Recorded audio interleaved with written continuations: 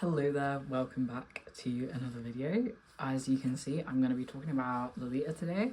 I will, in October, reach my 5-year anniversary of wearing the fashion, and kind of in the run-up and past that, I want to be making some videos about EGL. I think a good topic for this video will be all the items that I have sold since I've been in the fashion, largely because I don't anticipate myself selling anything soon, but that could always change. I have sold 10 items and have had a total of 50 items in my wardrobe. So yeah, a fifth of everything I've bought, I have sold. I'll just briefly say that I am wearing this beautiful dress by Infanta. It is called Cinderella Kitties 2. Everything else is like indie brand. I could not tell you the brand of this blouse. Let me check. Yeah, I bought it from Sweet Moments Lolita, but they are a reseller. I got this also secondhand on Vinted, and I don't know the brand either. So firstly, I'm gonna go through my main pieces, and then I will quickly touch on everything else. I will go through them in the year that I bought them, and also try and remember the year that I've sold them, which is not a metric that I track bizarrely, so I'm going to start doing that. But firstly is a skirt. This was one of the first Lolita pieces I ever bought, along with the JSK that I still haven't managed to sell, that I'm trying to get rid of. But this skirt was from the indie brand Tiny Garden, and they are very big on Taobao, and I feel like a lot of people get their first items from them. It was supposedly like a sax or light blue skirt, but it was very grey, and so I couldn't like coord it with anything. Also, the tops that I had bought were crop tops, and I didn't quite realise that when I bought them, and so I couldn't wear them with the skirt. They were also very, very, very shit, so like even if they were the right length, you would have been able to see my entire torso through them. And also, the skirt was really, really heavy, so it completely crunched my petticoat, and I thought sat quite unflatteringly on me. So I bought it for around £23 and sold it for 25. I think I must have sold it in something like 2022. I can't imagine I sold it in the first couple of months that I had it, but I could be wrong. But I imagine it'll be 2022. Maybe 2023, but I don't think I would have kept it for that long. The next item I got was a JSK. I got this in 2022, and it was by the indie brand Fox Feathers. However, I bought it secondhand on Depop for £50. It's called Death Angel JSK, and you might be able to tell by the name, but it is a gothic dress, and I am very much not a gothic Lolita. I didn't have anything to really pair this with. It was also quite long. I feel like most of my dresses sit either just above or around the knee, and this dress came below the knee, and so it didn't quite look right with my petticoat. I also could only cord it like one of two ways, and I did try and wear it because I thought it was a beautiful dress, but ultimately it was not meant to be in my wardrobe, so I managed to sell it for £45.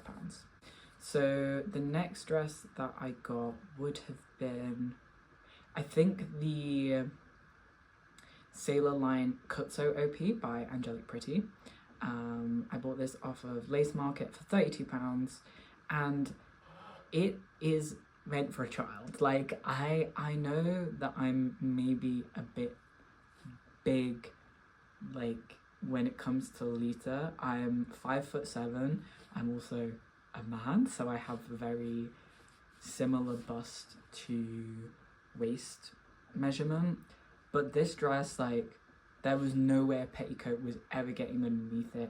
It came to my mid-thigh, and it was really comfortable because it was a Kutso material, but it was just not meant to be in my wardrobe. Yeah, it was a great like lounging piece, and I did wear it a couple of times with like jeans or tights and stuff. I will show you the way that I styled it in, I guess like a normie way, and I loved that outfit, but I was just never going to be able to coord it in a Lolita way. I really wanted to get it at the time because, well, I thought it might fit me properly, and because I really love Sailor Lolita. That was Sailor and Country were the two sub-styles that got me into the fashion, or that I thought I would wear when I started wearing the fashion. And so, you know, I did like the dress, but it was just not meant to be. The next one was a dress by Meta. It's the only Meta piece I've had in my wardrobe, and I really want to get more Meta pieces. There's many dresses by Meta that I would really like. They are just generally a bit outside my current budget for the fashion, but I love Meta's dresses. It's the Sweet Poker Apron JSK, I believe, and as I said, I got it in 2025. I got it for £55, and the reason I sold it was because it was see-through.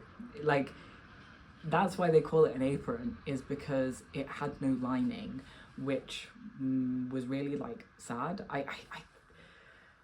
I'm in two minds about it, because part of me was like, oh, I could line the dress, but I have no experience with doing that, and I was kind of like, if I sell it, then I can buy something else. So I ended up selling it to another Lolita for £45, and I'm glad that somebody's wearing it. But yeah, it was just sad that I had to get rid of it, because it was a really great print. It was, you know, adding to my Alice in Wonderland themed collection, but it was also like the lilac kind of colorway, so it was like had lavenders and purples, and I don't wear purple in Lolita. My colors mainly are blues, pinks, reds and browns. That's kind of what I wear. I'm not necessarily into the more like purples, yellows, mints of Sweet Lolita. The last piece I got in 2025 and ended up selling was a Baby the Starshine Bright skirt. It's the Clockwork Tea Party skirt, I believe, and I really love this print.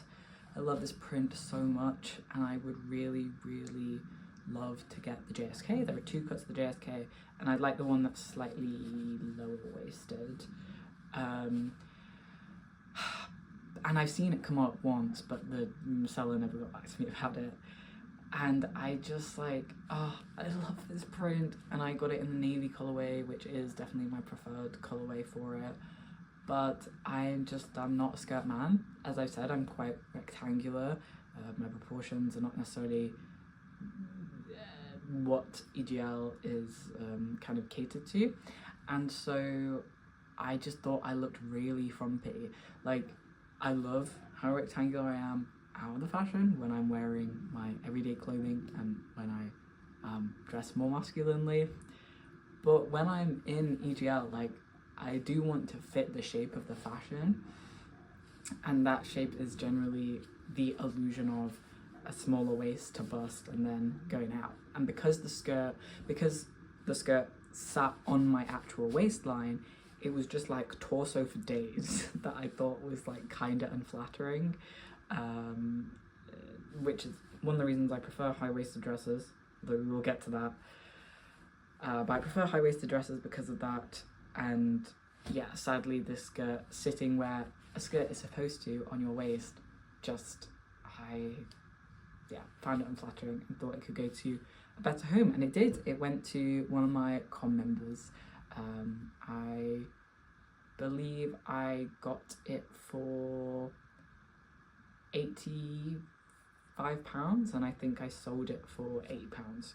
So again, very similar to what I paid for it, and I'm very happy that it's with another Lolita. The final main piece, which I bought this year and ended up trading, was a dress by Baby. So it was the Sweet Gingham border ribbon Baby doll JSK. There you go. I knew it was all in my mind somewhere. And this was a beautiful dress that I got for just over £70, and I love the print. It was not my preferred colorway. I got the black version. I would have preferred the white version. However, and part of me kind of still wants to get the white version. Like, if I ever saw it, I might get it. However, a baby doll cut with particularly the bell shape that was the skirt of this dress is not flattering on me. There's a difference between like high-waisted and baby doll, in my opinion. I think baby doll is, this is like my most baby doll dress because this is essentially under bust. And generally, yeah, the baby doll dress is really high. And because it was a bell shape that didn't have a very large circumference, I just thought it looked unflattering. Like, I do think baby doll dresses do not have the space for a massive petticoat, and I definitely prefer a like triangular A-line look. I want a big petticoat under there, and even if it's high-waisted, if it goes out enough, I think that's flattering on me. Sadly, this was like came down in this kind of way, and it was quite short, and I just ultimately felt like it was not flattering on me. And now I've taken off dresses from my wish list that have that kind of shape, that can't fit a big petticoat, and that, you know, are quite almost skinny in their kind of proportions, and yeah, are bell or cupcake. I am an A-line man. I ended up trading that dress for Holy Night Theatre JSK, the pleated version from Angelic Pretty.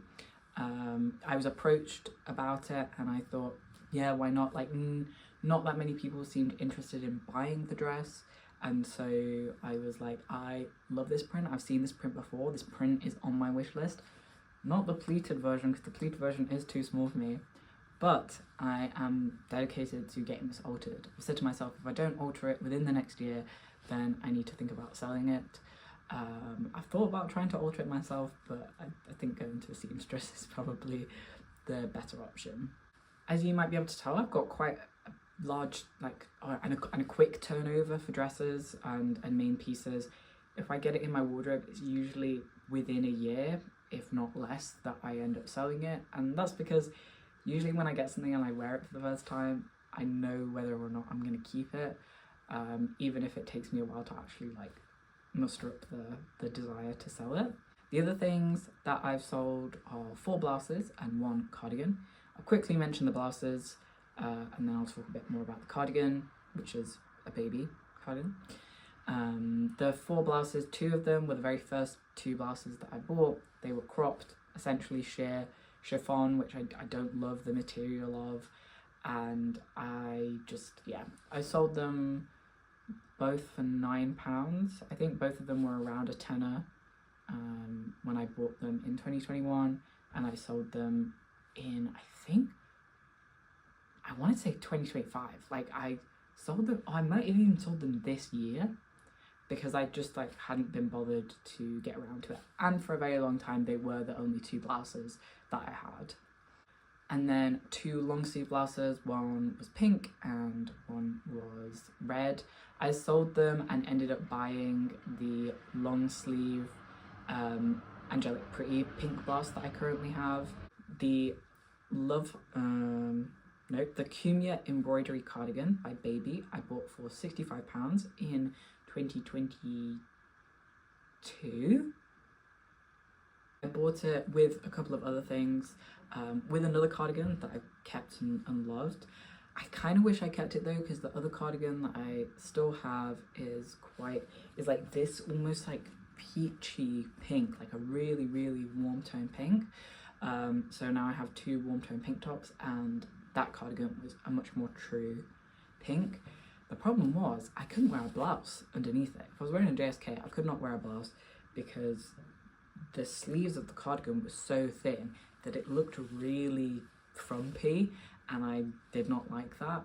I think now it could fit in my wardrobe, because I think not only would I style it in a different way, but I've got a detachable collar now, and just things that I think I probably could have kept it, but I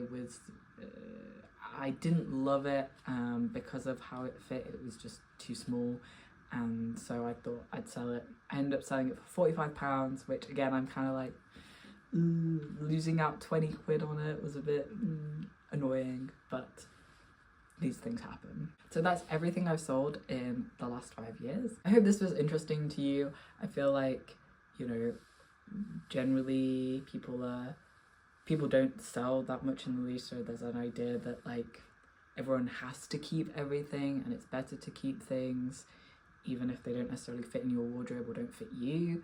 I think that, you know, also Lolitas aren't necessarily that open about their finances, and that's something that, you know, it's fair enough. People don't have to be open about those things, but I think just generally like being aware of, you might not get what you paid for things, or you might be able to, and that's great too.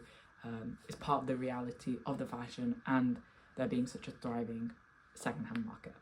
I hope this was interesting. Let me know in the comments if there are any other Lolita topics that you want me to cover in the next couple of months, and hopefully I will see you in my next video. Bye!